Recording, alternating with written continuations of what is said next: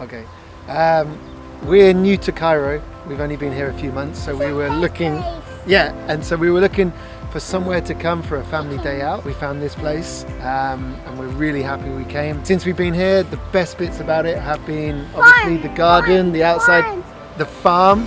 So the farm, going to look at the animals, feeding the animals, the goats, the rabbits. Ducks.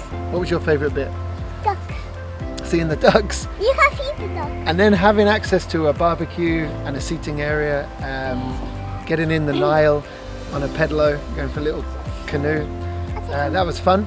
And now we're just playing. We're just having some table tennis, played some games with the team. That was fun. Yeah. Who won?